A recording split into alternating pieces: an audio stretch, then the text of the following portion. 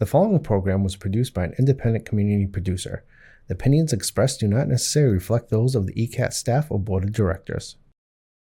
I know I'm right, but find out why I may very well be wrong on today's edition of Liberty at Home.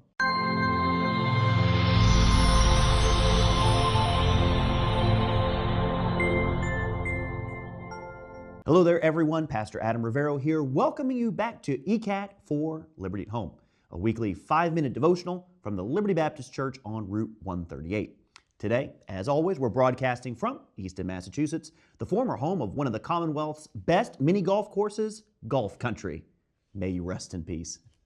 Today, we're continuing our study of Proverbs, which takes us to a single verse, just a single verse, in chapter 21. So consider Proverbs 21, verse 2, together with me.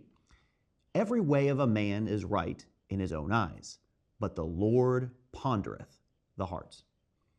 You know, there's a near universal principle of life, and that's this: everybody thinks they're right.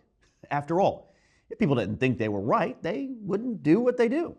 Everybody thinks they're the one who's right at the four-way stop when nobody wants to go, or when everybody wants to go at the same time. Everybody thinks they're right about how much is appropriate to tip at a restaurant. And of course, everybody thinks they're right when it comes to politics. Shocker there, I know.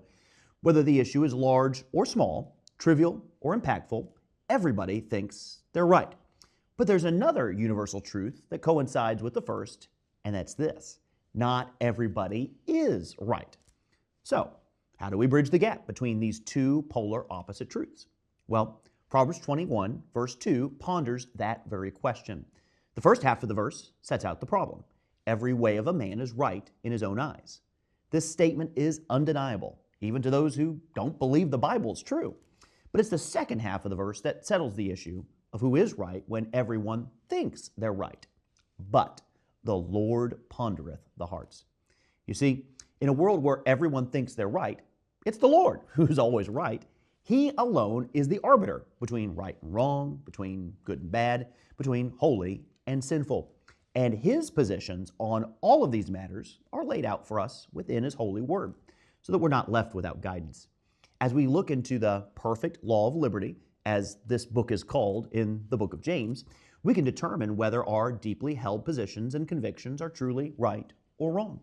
That's why 2 Timothy chapter 3, verse 16 says, all Scripture is given by inspiration of God and is profitable for doctrine, for reproof, for correction, for instruction in righteousness. You see, this is not just a book, but it's God's look at our heart. Now, I can hear some skeptics on the other side of the screen saying something like this: but Adam, I don't believe the Bible is true. I don't hold it to be the standard of what is right or wrong, nor could it possibly speak to all the issues of life.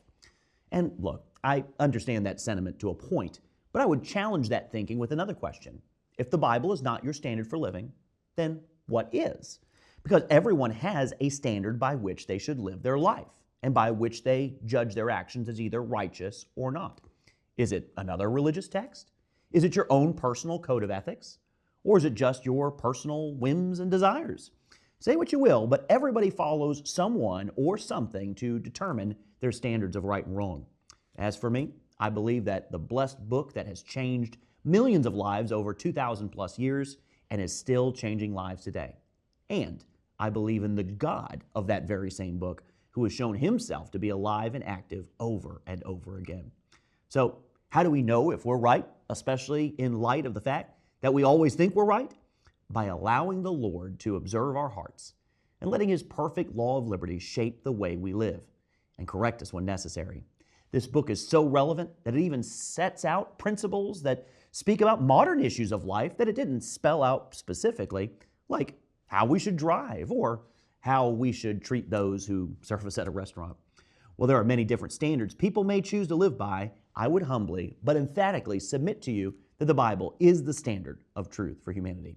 Let the book take a look at your heart today. Well, this episode of Liberty at Home has come to an end. But before it does, I want to invite you to visit us this coming week at Liberty Baptist Church. Like I mentioned at the top, we meet at 800 Washington Street right here at Easton. You can watch our services online, listen to our sermons via podcast, and learn more about our church, all by visiting our website, mylibertybaptist.org. I hope this is the week that you stop by and see us.